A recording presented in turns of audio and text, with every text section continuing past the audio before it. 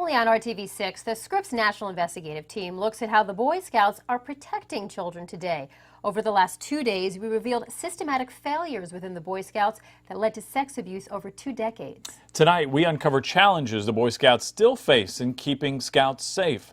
Scripps National Investigative Correspondent Jim Osman is following the trail of betrayal.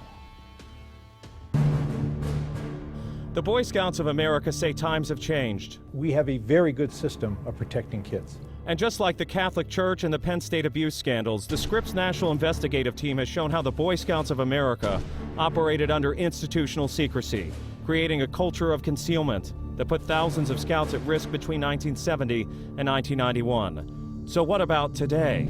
This former scout leader says there are still problems. It is a great program, except that protecting the boys, they don't do. I believe when my grandson joined scouting, he's safer than any other place he could be. And now, after all that we've uncovered, there are calls for lawmakers to intervene. It's time for Congress to investigate.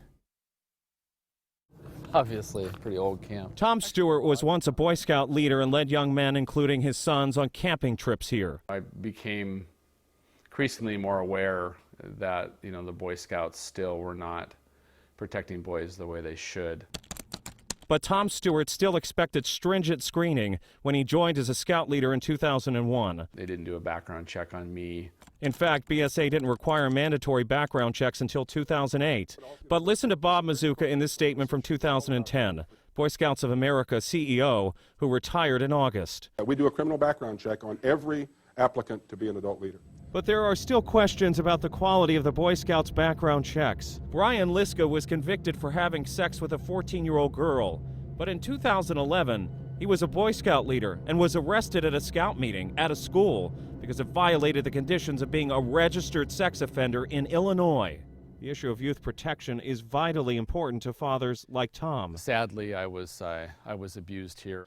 Because the Seattle area camp where he once led the Boy Scouts is the same camp where a Boy Scout leader molested him when he was a boy, molesting him and his brother. We were, abused hundreds of times. We were raped and sodomized. After all he went through as a kid, he still believed in scouting. But when Tom saw gaps in youth protection as a scout leader, he quit in 2003. Current Boy Scouts of America President Wayne Perry says the Scouts have other guidelines to keep boys safe. We emphasize too deep. I see it all the time. I see the commitment people have. Too deep means 2 adults at all times supervising Scouts, a policy since 1987. But in 13 recent criminal court cases, the Scripps National Investigative Team found incidents where scout leaders molested children at scouting events while they were alone. Like William Huffling, a former suburban Detroit scout leader who in 2009 gave a Boy Scout liquor and molested him in a tent. The two were alone. Or take Scott Allen Herrick, who in 2010 provided alcohol to Boy Scouts, showed them pornographic videos, and hosted them for overnights alone. Before authorities caught him with 100,000 images of child porn at a Twin Lake, Michigan Boy Scout camp. He's now in prison. We have trained millions of people in what is youth protection. The Boy Scouts of America President Wayne Perry says they do put boys first. Today, I think we do a very good job. Around the world, people asked us to use our youth protection system. In an exclusive interview with the Scripps National Investigative Team, the president of the Boy Scouts now says he will turn over to police the names of scouting officials who may not have done the right thing when it comes to reporting.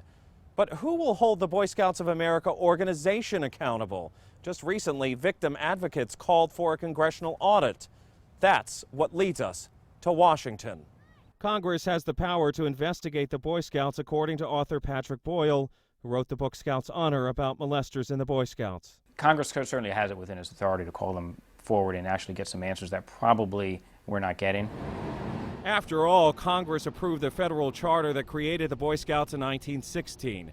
And Congress gives the Boy Scouts perks to help run the organization. That was pointed out in a lawsuit filed against the Scouts by Seattle attorney Tim Kosnoff. There's probably 25 different code sections where some member of Congress inserted some sort of giveaway. Congress requires the Agriculture Secretary to give grants to the Boy Scouts and the Defense Secretary to loan property for the Boy Scouts Jamboree. This does come at the expense of the American taxpayer. The Boy Scouts of America have been sued more than 100 times since the 1980s regarding sexual abuse cases. At least that many are still pending. The Scripps National Investigative Team will continue on television, in print, and online to follow the trail of betrayal. I'm Scripps National Investigative Correspondent Jim Osman in Washington.